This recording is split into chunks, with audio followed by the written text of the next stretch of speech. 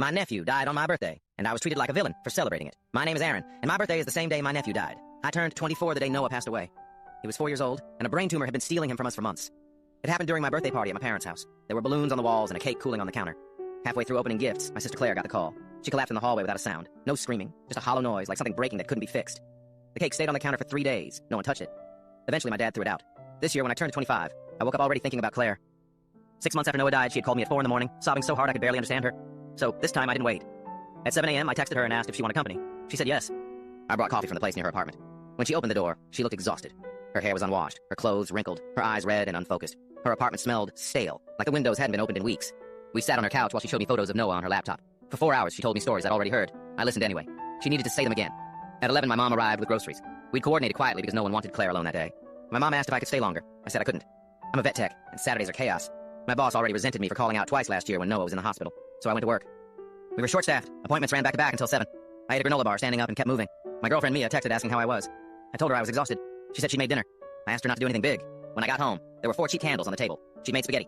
It was overcooked, but she tried. There was a small grocery store cake with chocolate chips spelling happy birthday. She sang quietly. I blew out the candles. We ate and watched Netflix. For 2 hours, nobody cried. I felt guilty for that. I also felt relieved. I fell asleep on the couch. After midnight, Mia showed me a photo she'd posted of our hands on the table, the candles blurred in the background. It was simple, private. I didn't think anything of it. The next morning, my phone exploded. Messages from my mom asking if I was serious. Screenshots of the photo. Messages from Claire saying I never loved Noah, that I was celebrating while she was drowning, that I had no heart. I called my mom immediately. It was my birthday, I said. That doesn't matter right now, she said. I was with Claire all morning. That doesn't erase what you did after. Did you wish me happy birthday yesterday? There was silence.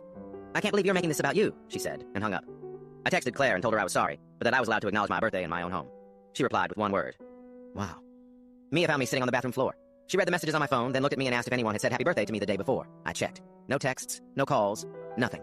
3 days later, my dad told me I should apologize. I asked him if he remembered my birthday. He stopped responding. That evening, my mom posted photos of a candlelight vigil at Claire's house. Friends and family stood in the backyard holding candles. I wasn't there. No one had invited me. A week later, I went to the cemetery alone. I sat beside Noah's headstone and said his name out loud. I told him I loved him. I told him I missed him. I told him I was tired of feeling like being alive was something I needed to apologize for. No one interrupted me. No one corrected me. That night, I muted the family group chat. Not forever. Just long enough to breathe.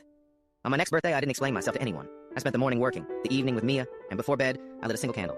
Not to celebrate. Just to remind myself that I was still here. I loved my nephew. I loved my family. But I finally stopped apologizing for surviving the day he didn't.